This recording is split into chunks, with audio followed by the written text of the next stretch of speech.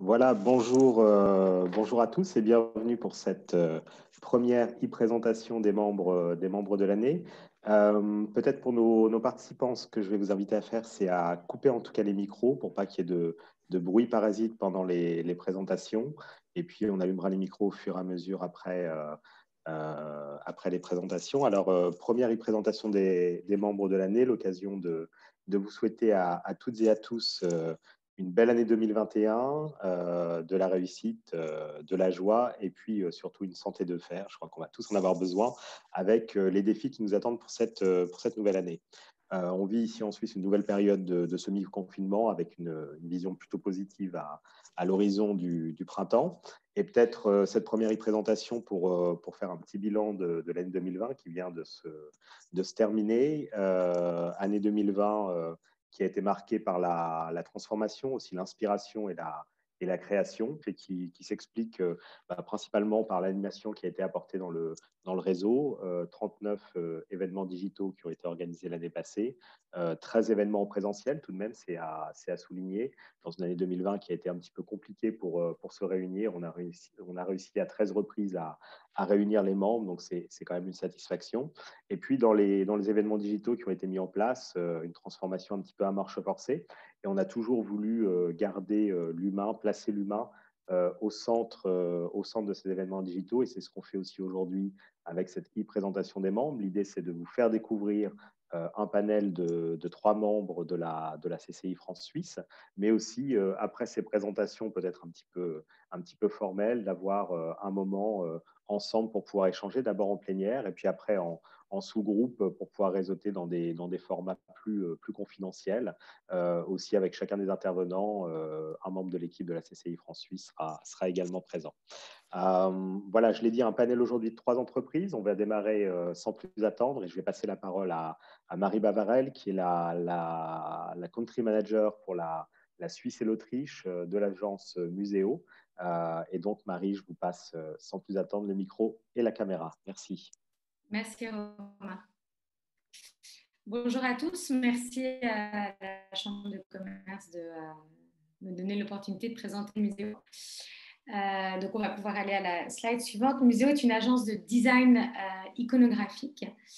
Alors qu'est-ce que ça veut dire? En fait, on travaille avec les architectes d'intérieur ou avec le client en direct pour toute la partie artwork, c'est-à-dire tout ce qui va être décoration liée à l'image. Donc, ça peut être des tableaux, ça peut être du papier peint, ça peut être des abat-jours imprimés, des têtes de lit, etc. Donc, en fait, chez Muséo, on part du principe qu'une décoration réussit du sens et de l'émotion. Et pour ça, on va travailler le propos artistique. L'art va dévoiler l'identité et l'esprit d'un lieu. Donc, en fait, on met l'art au service du design. Alors, plus concrètement, nous sommes un intégrateur, donc nous sommes un one-stop shop qui va vous accompagner de la conception à l'installation du projet, c'est-à-dire qu'on a toute une équipe de créa qui sont basées à Paris, qui sont iconographes, scénographes, qui ont fait les beaux-arts, qui vont sur base du brief du client ou de l'architecte d'intérieur, c'est-à-dire une thématique, par exemple pour un hôtel ou pour des bureaux, donc il va créer un concept et créer des visuels uniques pour ce projet-là. Et ensuite, tout est fabriqué dans nos ateliers à Paris. Donc, on a toute une équipe d'artisans qui ont fait l'école Boulle ou la Bonne Graine. Et on a 2500 mètres carrés d'ateliers à Montrouge où on va imprimer, encadrer, monter les abat-jours, etc. Donc, chaque projet est unique, conçu sur mesure pour nos clients. Donc, l'agence a été créée il y a 16 ans maintenant. On a 4 sites, donc le site principal est basé à Paris. On a un bureau à Genève, à Dubaï et à Londres. Donc, je vous disais 2500 mètres carrés d'ateliers situés à Montrouge et nous sommes le leader de la conception d'artwork en Europe. On a un certain nombre de labels, dont BPI France, Ecovadis, le French Lab et EPV, Entreprise du patrimoine vivant, que beaucoup d'entre vous doivent connaître. On peut passer à la slide suivante. Donc, mon parcours personnel, donc je suis née à Lille, mais j'ai grandi à Genève, donc je suis franco-suisse. Cursus académique, alors j'ai fait mes études à l'école hôtelière de Lausanne. Donc, j'ai tout mixé, plus faire par ordre chronologique. Ensuite, je suis partie à Barcelone, travailler pendant 3 ans. dans l'univers de l'hôtellerie et du digital. J'ai repris mes études, ensuite j'ai fait un MBA à l'INSEAD, suite à quoi j'ai intégré Johnson & Johnson à Paris. J'ai fait ensuite un certificat d'administrateur de société à Sciences Po et je suis rentrée en Suisse fin 2014 et j'ai ouvert le bureau de Muséo Suisse et Allemagne et Autriche en février 2015. Voilà, et je siège aussi à des conseils d'administration de surveillance. Si on passe sur la slide d'après, donc quelques projets depuis que j'ai ouvert Muséo en 2015. Voilà, donc des projets réalisés en Suisse, il y en a environ une trentaine, un petit peu répartis partout en Suisse. Ça va du 3 étoiles aux 5 étoiles, donc par exemple les projets de Ibistil à Carouge, à Bâle. À Zurich, on a fait pas mal de 5 étoiles puisqu'on a fait les Lac, le Parc Hayat, le Borolac.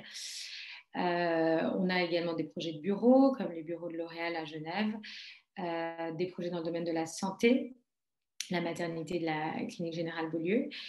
Je vous ai mis un exemple de projet en bas à droite qui est le Rotary M Gallery à Genève, situé rue du Cendrier. Et là, vous avez un petit aperçu de ce que l'on fait. Donc, tous les tableaux, en fait, ce sont des images, des visuels que l'on a créés sur base du brief du déco. Donc, ce sont des collages d'images. On a fait également toute la signalétique. Donc, on voit vraiment que notre rôle, c'est de raconter une histoire, en fait, d'avoir un fil rouge et de raconter une histoire. Et certains projets en cours en Suisse, donc des projets d'hôtels, mais aussi des projets de bureaux. Donc, ce sont des projets qui sont en cours, qui ne sont pas encore signés.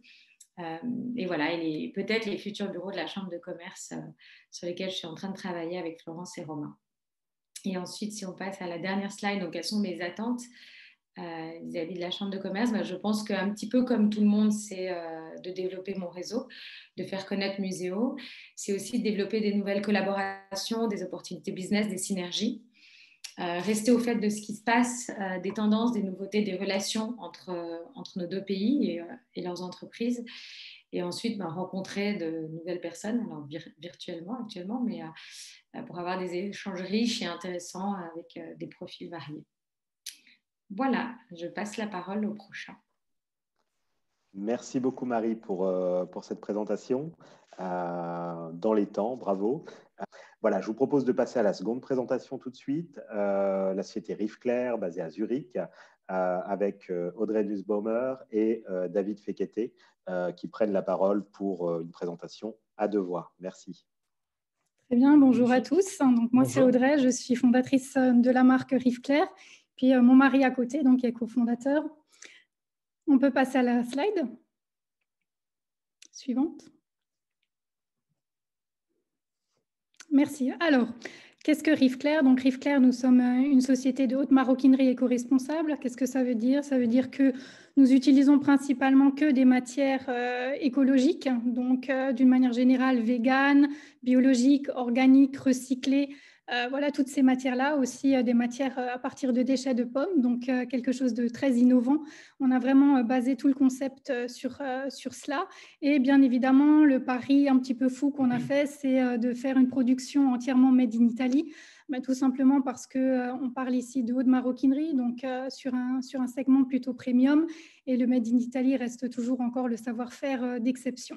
Donc, c'est une entreprise que nous avons créée en parallèle de nos activités, vous le verrez un petit peu plus tard. Donc, c'est une structure GmbH, SARL, qu'on a construit l'année dernière, et puis on a lancé l'entreprise. Le Covid est passé un petit peu par là, un petit peu plus tard que prévu. Donc, on a lancé ça en septembre dernier, avec notamment l'ouverture de l'e-shop.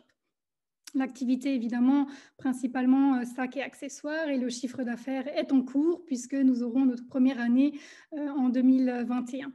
En termes de l'équipe, donc comme on l'a dit précédemment, il y a mon mari et moi-même, mais on s'entoure aussi bien sûr d'autres expertises, donc principalement des freelanceurs, mais aussi d'autres sociétés qu'on paye tout simplement pour des prestations. Donc c'est de l'ordre du design, bien évidemment, pour faire le design des sacs, mais aussi tout le marketing, photographie, vidéo, graphisme, gestion de l'e-shop, et bien évidemment aussi, point très important, c'est tout ce qui est fiscalité et impôts. Nos clients principaux, on a déjà un petit peu du background puisqu'on a communiqué assez tôt sur les réseaux sociaux. Ce sont évidemment des clients qui sont soucieux de l'environnement, des clients qui sont parfois véganes aussi, mais pas que. C'est aussi des gens qui sont... Non, il faut peut-être retourner à la slide précédente. Merci. Des personnes qui sont donc aussi, des amateurs de savoir-vivre, qui sont aussi dans le feel-good, ce que j'appelle le bien-être. Et puis, évidemment, des gens, vu qu'on est sur une segmentation premium, CSP+. Très rapidement, la segmentation au niveau des âges, on est plutôt sur du 25-34 ans. On le voit aussi maintenant avec les statistiques qu'on a sur les réseaux sociaux et sur notre e-shop et les premières ventes. Et effectivement, c'est quelque chose, au niveau de la distribution, on aimerait tabler sur du B2C. Maintenant, on peut aller à la slide suivante. Alors, au niveau des profils, je vais reprendre à la main. J'ai démarré ma carrière il y a 20 ans maintenant. Je me suis rendu compte tout à l'heure parce qu'on est en 2021, donc ça fait exactement 20 ans. J'ai démarré en France, dans la banque, au groupe CIC. Je développais les activités internationales de la clientèle professionnelle. C'était assez intéressant. J'étais basé en Alsace. J'ai fait ça pendant 4 ans, puis je suis parti m'installer en Pologne, à Cracovie, pour la société Fondis, qui était l'un de mes clients dans la banque, afin de développer une structure commerciale locale pour développer le business en Pologne pour le compte de l'entreprise Fondis, pour lequel c'était un marché stratégique. Ensuite, au bout de ces 2 années, j'ai déménagé en Allemagne à Nuremberg, où j'ai été embauché en tant que responsable de zone export pour la société Pressol, qui est un groupe industriel de 450 personnes environ. Au bout de 4 ans, l'entreprise a déménagé à Freiburg im Breisgau, donc j'ai déménagé aussi et j'ai été promu directeur commercial. Je m'occupais des sales au niveau monde. Et ensuite, en 2015, nous sommes venus, enfin Audrey 1 an avant, je suis venu m'installer et rejoindre Audrey en Suisse. J'ai démarré en fait pour l'entreprise Kunrecon. Donc je m'occupe des sales à l'international. Je suis responsable de la business unit EMEA et APAC, membre de la management team. Donc mon job, c'est de développer les sales à l'international. Et bien sûr, dans l'aventure Rive Claire, depuis 2 ans en soutien d'Audrey, et puis plus particulièrement depuis que nous sommes en ligne, depuis septembre 2020, cette activité en parallèle où je pousse plus particulièrement les ventes et les relations clients. De mon côté, un peu plus rapidement, j'ai débuté en tant que Head of Marketing à la société Fondis pendant 8 ans. Enfin, j'ai commencé tout d'abord en chargé de com et j'ai évolué jusqu'à être dans le comité de direction où je m'occupais principalement de la stratégie marketing et commerciale France. Et puis, depuis 2014, je travaille au sein de la société IVC, qui d'ailleurs me soutient beaucoup dans mon projet. Donc, j'ai beaucoup de chance de ce côté-là. D'ailleurs, mes premiers clients sont aussi de cette société, donc où j'ai débuté en tant que Supply and Lean Manager. Donc, j'ai accroché un nouvel corde à mon arc, plutôt pour la partie achat. Et je suis depuis 2017 Department Manager, donc avec mon équipe d'environ 10 personnes, responsable de tous les achats pour les montres. Et puis, bien sûr, depuis septembre 2020, bien qu'on ait commencé déjà en 2018 à faire le business plan, je suis donc la fondatrice de cette nouvelle marque. En termes de projet, on peut slide suivante, s'il vous plaît. C'est celle d'avant. Oui. En termes de nouveaux projets, là, on a lancé une nouvelle collection, mais on pense déjà à la collection d'été. Donc là, tout est fait. On a fait les derniers rendez-vous designers-fournisseurs. Donc, on va lancer de nouveaux modèles et puis de nouveaux coloris pour la collection printemps-été 2021. Et en termes de développement com, peut-être. En termes de développement com, on travaille sur les relations presse, très importantes. L'objectif principal, maintenant qu'on a lancé l'e-shop, c'est de développer la notoriété de la marque. Travailler aussi sur le référencement naturel de l'e-shop, toujours dans le cadre du référencement de la marque et de la notoriété de la marque, et travailler sur le marketing d'influence, donc mettre en place un certain nombre de collaborations, de partenariats dans ce même objectif. L'implantation commerciale, très très importante. On a démarré notre activité en faisant pour le moment quasi exclusivement du B2C, avec un certain nombre d'events qu'on a déjà organisés l'année dernière. Maintenant, l'idée, c'est de développer une activité aussi B2B. On a un projet en fait qui est déjà en cours à Paris dans un hôtel avec un concept sport. C'est l'image que vous voyez en bas à gauche, implantation commerciale. On est là-bas pendant 3 mois dans une suite d'un hôtel de luxe qui a été aménagé en concept store. Donc, on travaille sur différents projets pour développer notre activité dans les magasins aussi en B2B.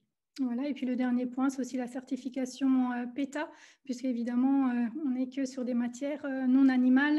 Et donc, le but aussi, c'est de se faire certifier cette année par la PETA. Slide suivante. On va tout faire nous-mêmes. Voilà, donc les attentes relatives à l'adhésion sont, comme tout le monde, assez classiques. Le développement de la notoriété de notre marque. Quand on démarre de zéro, c'est très, très important de pouvoir se faire connaître. Non seulement la marque, mais également nous. Dans un contexte tout particulier avec le Covid qui a impacté tout le monde, où les relations étaient très, très réduites. Beaucoup de personnes sont à la maison. Donc voilà, on fait beaucoup de choses à distance. L'objectif numéro 2, ce sont les échanges multidisciplinaires avec des entreprises de taille différentes. C'est tout l'intérêt aussi de ce partenariat avec la Chambre de commerce qui regroupe plus de 800 membres avec des entreprises de taille différentes, d'activités différentes, de secteurs différents. Et enfin, bien sûr, le partage d'expériences et de best practice. Quand on est dans l'entrepreneuriat, on le voit, on est confronté à des problématiques tous les jours, on doit régler des problèmes, on doit avancer.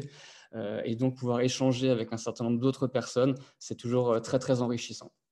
Et voilà, je pense que nous avons tenu les 8 minutes. Parfait. Merci beaucoup, Audrey. Merci beaucoup, David, pour votre présentation et ce projet enthousiasmant. On a presque envie de toucher les sacs, de les voir en vrai. Vous les achetez directement. Les acheter, pourquoi pas. Toujours faire plaisir avec un beau sac. Exactement. En tout cas, merci beaucoup. Je vous propose qu'on passe, encore une fois, vous avez la possibilité, il y a eu quelques questions qui sont arrivées, vous avez la possibilité de poser les questions dans l'onglet Converser qui est en bas de votre écran, donc n'hésitez pas à le faire. Et puis, je vais tout de suite passer la parole à Julien Mondard, qui est CEO et fondateur de la société Smice. Voilà, Julien, c'est à vous. Bonjour à tous. Enchanté à tous. Donc, je suis Julien Mondard, je suis le fondateur de la société Smice.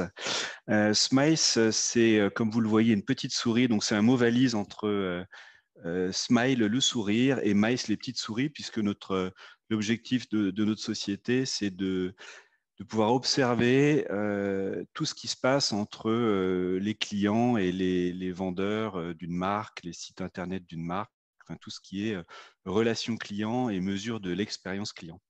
Donc, on peut passer à la slide suivante, s'il vous plaît. Super, merci.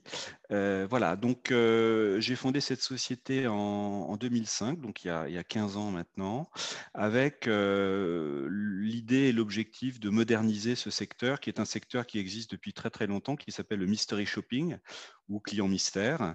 C'est un secteur qui existe depuis 60 ans et qui était, selon moi, un petit peu old school, un peu poussiéreux, et donc j'ai voulu en toute humilité, essayer d'apporter un petit peu de digitalisation, un peu de modernité à ce secteur. Donc, on a commencé par développer une appli et une plateforme pour pouvoir équiper nos clients mystères et leur permettre de faire des visites mystères facilement, de pouvoir saisir leur questionnaire et de pouvoir restituer les résultats à nos clients très rapidement. Donc, chemin faisant, on a une deuxième activité qui s'est profilée, en plus du client mystère, puisque notre application a commencé à intéresser nos clients pour que les collaborateurs de nos clients, donc des marques et des enseignes, puissent faire aussi des audits en interne et donc venir compléter la vision du client. Alors, nos clients, justement, c'est des enseignes, comme vous pouvez le voir, là, ce sont des enseignes et des marques dans différents secteurs d'activité. Donc, le Club Med, les agences de voyage, Disneyland Paris, Samsung, enfin, c'est toutes les marques qui veulent améliorer leur relation client et leur expérience client. Et pour améliorer et pour progresser sur un sujet, il faut pouvoir le mesurer. Donc, vraiment, notre rôle à nous, c'est de mesurer cette relation client en envoyant des faux clients. Voilà, c'est ce qu'on appelle un client mystère. Nous, on les appelle nos smicers. Et nos smicers, c'est des milliers de gens qui candidatent pour venir rejoindre le club des smicers. Donc, on les sélectionne, il y a tout un processus. Et ensuite, on leur propose des missions ponctuelles pour aller vivre une expérience à la Fnac, pour vivre une expérience et demander d'acheter un frigo Samsung chez Darty, ou aller dans un hôtel, ou aller dans un restaurant, etc. Voilà. Donc, ils vivent une expérience et ensuite, ils nous relatent cette expérience de façon extrêmement détaillée par l'intermédiaire donc des questionnaires qu'on leur propose. Voilà, ça c'est côté utilisateur. Ensuite, côté marque, eh bien, ils ont accès à ces résultats. Donc, le directeur, par exemple, du magasin va recevoir ces résultats dans les 48 heures pour pouvoir mettre en place des plans d'action et s'améliorer. Donc, toute cette démarche, c'est vraiment une démarche d'amélioration. On n'est pas du tout dans le flicage. Il ne s'agit pas de piéger les gens. Il s'agit vraiment de s'inscrire dans une démarche de formation, d'amélioration des performances pour le plus grand plaisir du client final. Voilà. Juste un petit mot peut-être sur le Club Med, parce que le Club Med utilise justement la partie, notre deuxième activité, ils utilisent l'application mobile, donc partout dans le monde. Tous les collaborateurs des différents services dans les villages du Club Med font régulièrement des autodiagnostics pour s'auto-évaluer en fait sur les différents standards de la marque.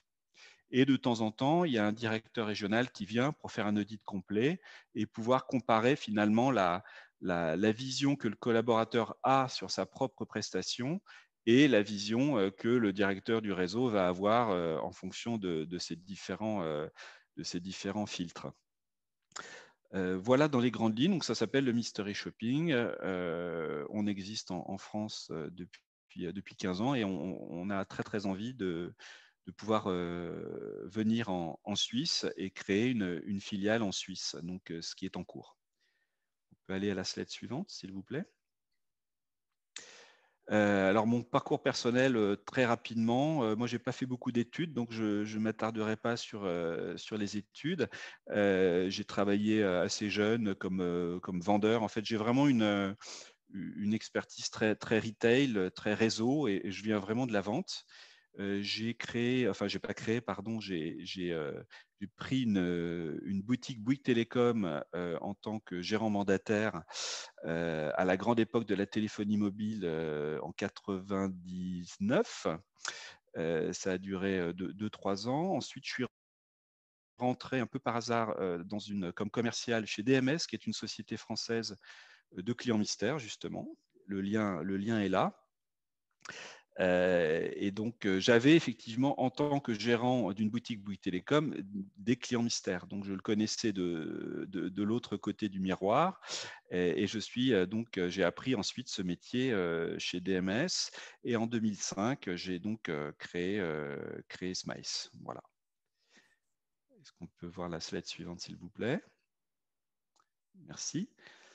Alors, les projets en développement, donc effectivement, la grande priorité de cette année, c'est vraiment de pouvoir rentrer en Suisse, créer la filiale en Suisse et faire les choses bien. Pour ça, je vais m'appuyer sur Laure Limousin, qui est une amie justement depuis 20 ans, parce qu'elle avait également une boutique Bouygues Télécom en même temps que moi. Moi, j'avais la boutique rue de Rivoli à Paris et elle avait la boutique à Saint-Michel. Voilà, on s'est connus comme ça. Ensuite, elle est rentrée au Paradis du Fruit et elle est devenue ma cliente. Donc, elle a également pu vraiment vivre les programmes Smice de l'intérieur. Et maintenant, elle est en Suisse depuis quelques années à la tête d'une société de recrutement. Voilà. Et donc, elle va m'aider à rentrer en Suisse, pouvoir effectivement trouver des clients et développer aussi mon club de Smicer, puisque c'est évidemment extrêmement important d'avoir des gens sur place qui sont des gens de qualité, fiables et qui peuvent relater l'expérience client de façon intéressante. Voilà, deuxième projet, ce que j'appelle le Mystery Shopping omnicanal. Donc, c'est vrai que historiquement, le Mystery Shopping, c'est très point de vente, c'est très physique. Et on voit bien que les parcours clients aujourd'hui se démultiplient sur plein de canaux différents. Donc, on est vraiment en train de développer cette offre multi omnicanal pour mesurer l'ensemble des parcours quand ils commencent sur Internet, quand ils terminent par du click and collect ou via le mobile. Enfin voilà, tous les différents canaux qui font aujourd'hui la relation client et les parcours clients. Le mystery shopping par les collaborateurs et les vrais clients. Donc ça nous intéresse aussi via notre application mobile de pouvoir équiper le collaborateur. Finalement, le collaborateur de l'entreprise est aussi un client des services de l'entreprise. Donc ça nous intéresse de pouvoir dire, tiens, mais le collaborateur, quand il vit une expérience dans ses propres magasins, par exemple, eh bien, il va pouvoir faire à son tour une visite mystère. Et également de demander aux vrais clients par l'intermédiaire des programmes de fidélité. Je suis arrivé à 8 minutes, donc je vais accélérer. Et enfin, des solutions effectivement de management réseau qui permettent d'améliorer sans cesse notre plateforme pour proposer aux différents responsables réseau de mettre en place des plans d'action, d'avoir des scores intelligents qui leur permettent de tirer des enseignements de leur programme de mystery shopping. Voilà. Et enfin, ce que j'attends de mon partenariat avec la Chambre de commerce suisse, donc slide suivante s'il vous plaît, c'est bien sûr de pouvoir m'aider à développer le réseau, de faire de la bonne manière et de trouver aussi un écosystème avec des consultants qui sont des consultants spécialistes de la relation client, avec des sociétés qui vont pouvoir compléter effectivement mes services, par exemple des sociétés de formation, des sociétés qui ont déjà développé des logiciels pour les différents réseaux. Voilà, donc trouver effectivement, créer un écosystème et pouvoir créer une vraie offre SMICE suisse. Voilà, merci beaucoup. Merci beaucoup à vous, Julien. Voilà qui vient clôturer nos trois présentations. Je vais inviter nos intervenants, donc Marie, Audrey et David, également à allumer de nouveau leur écran et leur micro. On a quelques questions qu'on va prendre maintenant en plénière avant de passer dans les sous-groupes. Julien, comme c'est vous qui aviez la parole, je vais tout de suite prendre une question qui est pour vous. Comment devenir client mystère ici en Suisse ? Alors, on a un processus en fait de candidature qui se déroule sur l'application mobile. Donc, on s'inscrit et ensuite on vous demande de réaliser une visite mystère à blanc, en fait, une visite mystère test, qui peut avoir lieu dans un restaurant, n'importe lequel, à condition qu'il soit ouvert, bien sûr, ou alors dans une boulangerie. Donc, l'idée, c'est vraiment de pouvoir montrer aux candidats ce qu'est une visite mystère, parce que je ne vous cache pas que parfois, il y a un peu de fantasme autour du client mystère. C'est vrai qu'on a beaucoup de gens qui s'inscrivaient en pensant qu'on allait les envoyer au Club Med. Bon, alors donc parfois c'était un peu déceptif parce que c'est évidemment pas toujours ce type de visite qu'on propose. Donc ce processus en fait permet à la fois de montrer aux candidats ce qu'est une visite mystère et nous de nous assurer que la personne est motivée, que la personne sait effectivement respecter un scénario, sait répondre aux questions, mais pas seulement aux questions, également faire des commentaires qui sont intéressants, qui sont rédigés en bon français, quand ce sont des visites mystères en français. Et voilà, donc ça, c'est la première étape. Ensuite, on va leur proposer une première mission, s'ils sont acceptés dans le club des Smicers. Et à chaque fois qu'ils réalisent une mission pour nous, évidemment, chaque mission est relue, contrôlée et fait l'objet d'une notation. Donc, cette notation va enrichir un score qu'on appelle, nous, le score de fiabilité du Smicer. Et ce qui permet finalement à la fois au Smicer de savoir que s'il veut pouvoir continuer d'avoir des propositions de mission, il faut qu'il reste au top de nos standards à nous. Et nous, ça nous permet de proposer des missions uniquement aux Smicer qui ont au moins un score supérieur à 4,5 sur 5. Ok, merci beaucoup. Peut-être une question pour Audrey et David. À terme, quel est votre objectif idéal entre les différents canaux de distribution et vos axes pour développer la notoriété de la marque? Alors, au niveau des canaux de distribution, notre objectif, c'est une répartition entre du B2C et du B2B, sachant que le B2C va rester la priorité. C'est le canal en fait, avec lequel on est en contact direct avec le client et avec lequel aussi on génère la marge la plus intéressante. Ça, c'est de une. Le B2B, par contre, très intéressant. Je l'ai aussi vu dans les questions. On est en contact avec Globus, Yelmoli, par exemple, sur la Suisse ou P4Z. On est en train de travailler sur un projet en mars de concept store, de shop-in-shop ou de pop-up, par exemple. Ce qu'il faut savoir par rapport à notre activité, c'est qu'on fait tout fabriquer, c'est de l'artisanat fait à la main en Italie, avec des séries entre guillemets assez petites. Donc pour nous, c'est déjà des assez grandes séries par modèle, mais pour les fabricants, ce sont plutôt des petites séries. Donc nos marges sont assez réduites, ce qui fait qu'aujourd'hui, au démarrage de notre activité, on n'a pas la possibilité d'intégrer un shop B2B qui achète nos produits et qui les revend. On n'a pas cette marge-là qui nous permette de l'intégrer. Donc on travaille sur des concepts parallèles de concept store, où on va pouvoir, par exemple, placer nos produits comme au P4Z. Les produits vont être vendus et le magasin prélèvera une commission, en fait, tout simplement. Donc, on travaille là. Donc, ce sera un mix entre le canal B2C et le canal B2B à terme. Et au niveau des axes de développement de la notoriété, il y en a plusieurs. Donc, il y a déjà le marketing d'influence, c'est la base. Ça ne fait pas tout, mais il faut y être présent, surtout dans le haut de gamme. Donc, on a toute une campagne au moins déjà bouclée jusqu'à août avec certains influenceurs que nous avons sélectionnés sur les médias, sur les réseaux sociaux. Ensuite, la deuxième chose, c'est on a une campagne de relations presse qui va commencer aussi à partir de mars pour présenter la nouvelle collection. Donc, on a une attachée de presse qui s'occupe et pour la France et pour la Suisse de développer ça. On parle de magazines, mais aussi on a vu aussi des magazines digitaux qui marchent très, très bien. Ensuite, on a le marketing personnel. Donc, c'est sûr qu'aujourd'hui, lorsqu'on a une petite entreprise, c'est aussi bien de voir certains visages. Donc, je mets l'équipe en avant. Mais moi-même, je participe aussi à beaucoup de podcasts. Je participe aussi à des interviews, ce genre de choses pour évidemment avoir ce côté personnel. Et puis, bien évidemment, après, on a quelques contacts aussi pour de la presse traditionnelle. Et là, on verra en fonction des budgets. Très bien, merci beaucoup. Peut-être une question pour Marie. Vous avez réalisé plusieurs projets en Suisse alémanique. Est-ce que vous pouvez nous dire peut-être quelques mots sur l'interculturel franco-suisse et peut-être sur les différences que vous voyez entre la Suisse romande et la Suisse alémanique? Ça pourrait éventuellement être complété, je pense, par Audrey et David qui ont aussi une bonne connaissance des deux marchés. Mais Marie, on vous laisse la parole. Alors, je dois avouer que l'accueil est plutôt chaleureux, c'est-à-dire que j'ai eu plutôt pas mal de facilité pour tout ce qui est prise de rendez-vous, malgré mes lacunes en allemand, parce que j'ai fait 8 ans d'allemand à l'école, mais ça ne suffit pas pour parler couramment allemand.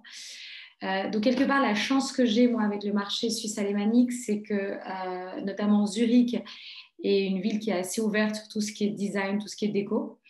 Donc, ils sont à l'écoute de ce que nous faisons et on n'a pas de concurrents. Personne ne fait notre métier, ne fait la même chose que nous. Alors, l'inconvénient, c'est que du coup, c'est plus difficile de réussir à expliquer, à faire comprendre ce que l'on fait. Mais l'avantage, c'est qu'une fois que la personne qu'on a en face de nous a compris, on est quand même un facilitateur.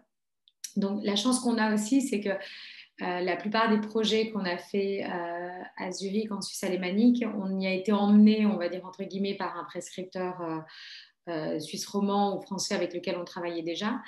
Donc Eden au Lac, Victoria Jungfrau à Interlaken, Schweizerhof à Zermatt, ce sont des hôtels qui appartiennent à Michel Rébier Hospitality, avec lequel on a fait la réserve Paris, la réserve Genève, Ramatuelle, etc. Donc c'est vrai que ça nous a ouvert des portes, ce qui nous a permis d'avoir de belles références en Suisse alémanique. Mais c'est vrai qu'on est plus sur l'hospitality que le tertiaire. Je pense clairement que le fait que je ne sois pas germanophone freine un petit peu notre développement là-bas.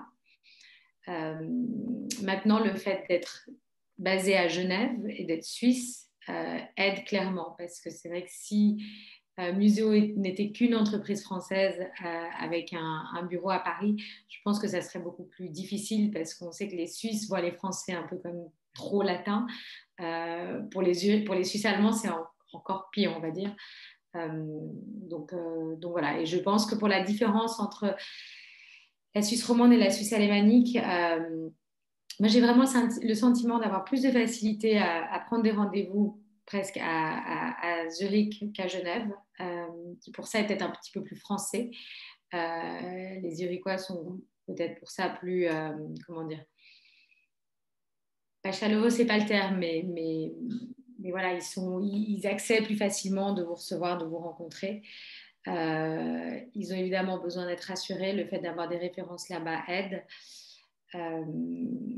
Et je pense que si on peut parler allemand, c'est quand même un plus. Merci Marie. Audrey, David, est-ce que vous voulez compléter peut-être sur ce point de l'interculturel?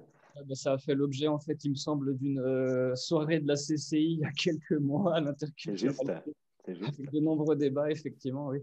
Nous, à la base, on est alsaciens, donc on a vécu et grandi pas très très loin de Bâle. Audrey, elle a la double nationalité franco-suisse.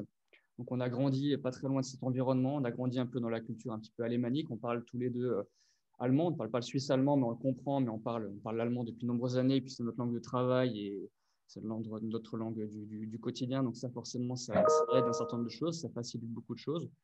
Mais effectivement, il y a des différences culturelles. Quand on vient en tant que Français et en tant que Latin, comme l'a dit Marie, c'est comme ça qu'on est souvent attendu, entre guillemets. Donc, il faut faire preuve de beaucoup de modestie pour permettre une belle intégration, prendre le temps de comprendre, d'échanger et surtout bien comprendre que la Suisse et les Suisses fonctionnent sur un mode participatif où tout le monde doit participer, donner son avis, éventuellement participer aux décisions également. Donc, il faut intégrer toutes ces choses. Et après, il y a des choses du quotidien qui peuvent être aussi amusantes en termes de différences culturelles au niveau du recyclage, du tri des déchets, de couper le sapin de Noël pour être sûr qu'il soit emmené après Noël, sinon il le laisse ici. Voilà, il y a vraiment beaucoup de choses, mais je pense que il faut faire des efforts, il faut être modeste et puis tout se passe bien après. Oui, pour ma part, une très bonne intégration aussi, mais c'est vrai qu'en Suisse alémanique, il y a toujours un peu cette période de mise en confiance, on va dire. Donc, vous devez passer un peu par ce test-là, entre guillemets, et une fois que ce test il est checké, après, ça roule tout seul et puis il vous accepte sans souci. Mais au début, effectivement, le conseil, clairement, c'est ce que David a souligné, c'est un petit peu avoir un peu de recul, de la modestie, ne pas arriver en je sais tout. Ça, c'est très important. Et pour ce qui concerne maintenant Rive-Claire, je suis très, très positive. Je suis en contact avec beaucoup d'entrepreneurs, aussi des startups purement zurichoises, avec des Suisses allemands, etc.